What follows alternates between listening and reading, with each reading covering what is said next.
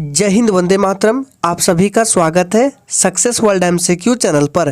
तो जैसे कि एसएससी एमटीएस का 11 जुलाई का सेकंड शिफ्ट का एग्जाम कंप्लीट हो चुका है और आज की इस वीडियो में मैं आपको 100% रियल और एक्यूरेट आंसर के साथ सभी क्वेश्चंस को बताने वाला हूं। तो अगर आप चैनल पर पहली बार आए हैं तो चैनल को सब्सक्राइब कर ले और साथ में बेल आइकन को जरूर प्रेस कर ले ताकि आपको एसएससी एमटीएस का पल पल का अपडेट मिलते रहे। तो चलिए आज के सेशन को स्टार्ट करते हैं।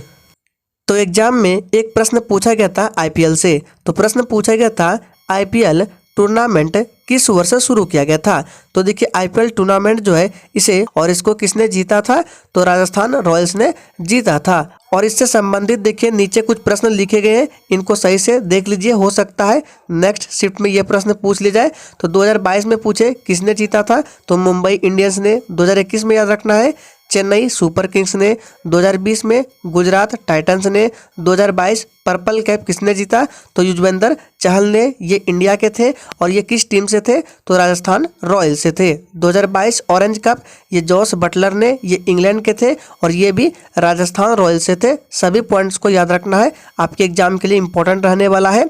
देखिए नेक्स्ट प्रश्न पूछा गया था पंजाब राज्य के वर्तमान मुख्यमंत्री कौन है। तो देखिए पंजाब राज्य के वर्तमान मुख्यमंत्री भगवंत मान है और ये किस पार्टी के हैं, तो आम आदमी पार्टी के हैं।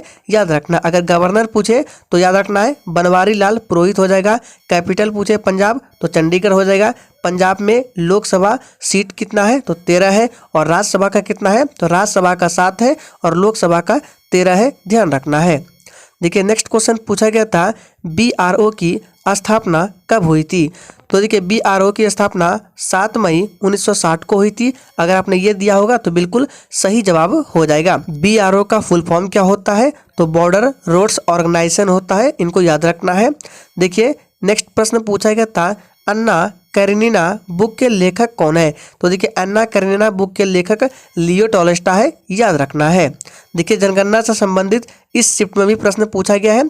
तो देखिए 2011 की जनगणना के अनुसार भारत में महिलाओं का साक्षरता दर कितना प्रतिशत है, तो इसका सही जवाब है 65.5% है। अगर आपने ये दिया होगा तो बिल्कुल सही हो जाएगा। देखिए ऐसा एक भी शिफ्ट नहीं है जिसमें जनगणना 2011 से प्रश्न ना पूछा गया हो। तो जनगणना 2011 से संबंधित फिर से बोल रहे हैं, जितने भी इंपॉर्टेंट प्रश्न बनते हैं सभी को आप पढ़ के नेक्स्ट शिफ्ट में एग्जाम देने जाइएगा जिसका आगे होने वाला है। देखिए नेक्स्ट प्रश्न पूछा गया था पानीपत का प्रथम युद्ध किस वर्ष लड़ा गया था। तो देखिए पानीपत का प्रथम युद्ध 1526 ईस्वी में हुआ था। किसके किसके बीच हुआ था, तो बाबर और इब्राहिम लोदी के बीच हुआ था, जिसमें बाबर विजयी हुआ था। पानीपत का दूसरा युद्ध याद रखना है 1556 में हुआ था। पानीपत का तीसरा युद्ध याद रखना है 1761 ईस्वी में हुआ था। देखिए नेक्स्ट क्वेश्चन पूछा गया था कुचिपुड़ी भारत के किस राज्य का लोक नृत्य है। बहुत इजी प्रश्न पूछा गया था। इसका सही जवाब है ये लोक नृत्य आंध्र प्रदेश से संबंधित है।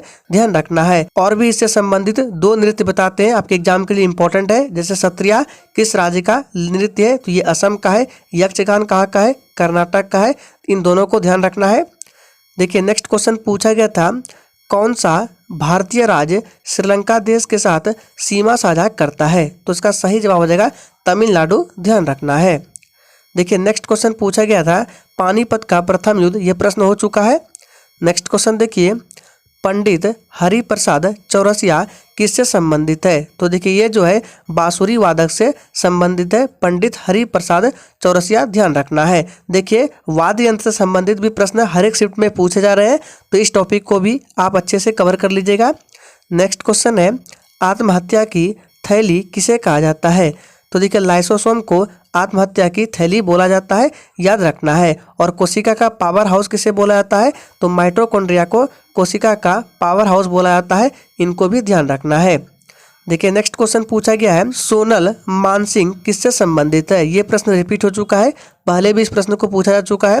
तो ये भरतनाट्यम और ओडिसी से संबंधित है। इसको याद रखना है। नेक्स्ट शिफ्ट में ये प्रश्न फिर से पूछा जाएगा।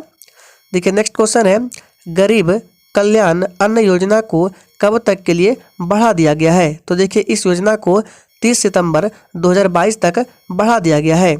नेक्स्ट क्वेश्चन पूछा गया था संसद का सत्र किस काल से शुरू होता है। तो देखिए संसद का जो सत्र है ये प्रश्न काल से शुरू होता है। प्रश्नकाल लोकसभा के सत्र का पहला घंटा होता है जो संसद के सदस्यों द्वारा किसी भी प्रशासनिक गतिविधि से संबंधित प्रश्नों के लिए समर्पित होता है। दूसरा पॉइंट है शून्यकाल प्रश्नकाल के बाद होता है जिसमें संसद के सदस्य अपने मुद्दों को उठा सकते हैं, लेकिन पूर्व सूचना के साथ। यहाँ से आपको एक पॉइंट को याद रखना है कि शून्यकाल जो है ये प्रश्नकाल के बाद होता है। यहाँ से एक प्रश्न बन सकता है, इसको ध्यान रखना है।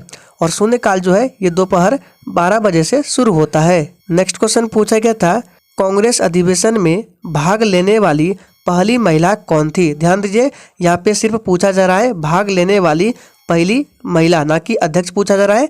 तो इसका सही जवाब अगर आपने कादम्बिनी गांगुली को दिया होगा तो बिल्कुल सही जवाब हो जाएगा कादम्बिनी गांगुली। ध्यान रखना है। देखिए, कांग्रेस के 1889 के मद्रास अधिवेशन में उन्होंने भाग लिया और भाषण दिया था। कांग्रेस की स्थापना कब होती है तो 1885 ईस्वी में कांग्रेस की स्थापना होती है। संस्थापक कौन थे तो A.O. ह्यूम। और भी प्रश्न बनते हैं, याद रखना है। जैसे भारतीय राष्ट्रीय कांग्रेस के प्रथम मुस्लिम अध्यक्ष पूछे तो बदरुद्दीन तैयब जी हो जाएगा।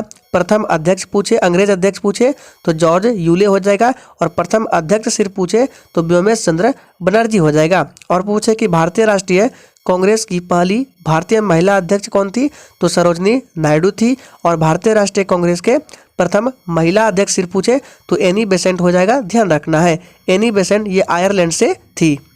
नेक्स्ट क्वेश्चन देखिए, पूछा गया है राज्यसभा के सभापति कौन होते हैं तो उपराष्ट्रपति जो है ये राज्यसभा के सभापति होते हैं। वर्तमान समय में उपराष्ट्रपति कौन है तो M. वेंकैया नायडू है। ध्यान रखना है। कोशिका का ऊर्जा ग्रह किसे कहा जाता है तो माइटोकॉन्ड्रिया को कोशिका का ऊर्जा ग्रह कहा जाता है। देखिए, नेक्स्ट क्वेश्चन पूछा गया है राइबोसोम किससे बने होते हैं तो ये RNA और प्रोटीन से बने होते हैं। ध्यान रखना है। देखिए, नेक्स्ट क्वेश्चन पूछा गया था अमीबा का वृद्धि किस प्रकार से होता है तो देखिए अमीबा का जो वृद्धि है ये विभाजन के द्वारा होता है। अमीबा द्वारा होने वाले प्रमुख रोग जैसे पेचिस, एंटमीबा, हिस्टोलिका ये सभी अमीबा द्वारा होने वाले प्रमुख रोग हैं, इनको ध्यान रखना है। तो ये वो सभी प्रश्न थे जो कि SSC MTS के 11 जुलाई के सेकंड शिफ्ट में पूछा गया था। ये 100% रियल प्रश्न है। तो अगर आप इस सेशन का PDF डाउनलोड करना चाहते हैं तो डिस्क्रिप्शन बॉक्स में टेलीग्राम चैनल का लिंक है, जाइए क्लिक कीजिए, ज्वाइन कर लीजिए। वहाँ पर बिल्कुल फ्री में PDF डाउनलोड कर सकते हैं। तो आज के लिए इतना ही।